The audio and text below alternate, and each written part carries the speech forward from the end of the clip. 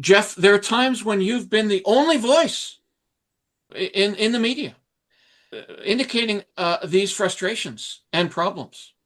That's not your job. Your job is to market downtown. And so I now see that there are some other voices joining you. Are there other business organizations in the region, and frankly, nationally, that should be supporting this message that you're telling us today? Like John Wilson from the Greater Victoria Chamber, who is stepping up. Exactly, and I think that's very helpful, because I think not only does he represent downtown, but he represents businesses from across the region.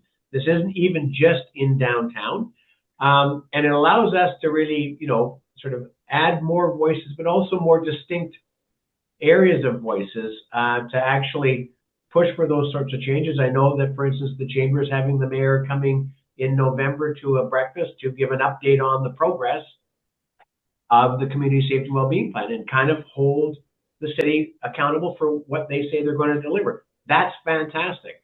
I presented as part of the Save Our Streets Coalition to the Federal Liberal Caucus retreat at the end of summer on these issues. So the more people that are out talking about these things, the better. And again, we're seeing traction. Now it's about execution. And the solutions, the other thing I'm going to say is, and to John's question around solutions, if you arrest somebody 100 times, there's a lot of activity, arrests and court appearances, but it's one person.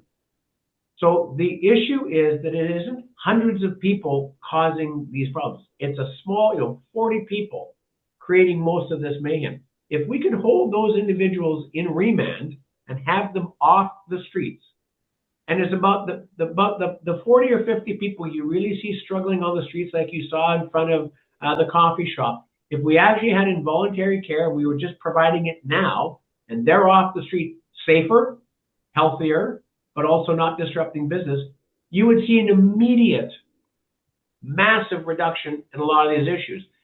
But it means that government, and primarily the provincial government, has to change what they're doing. And they actually have to say, okay, Jane, John, you've actually lost the right to currently live out in our community because of the problems you're creating.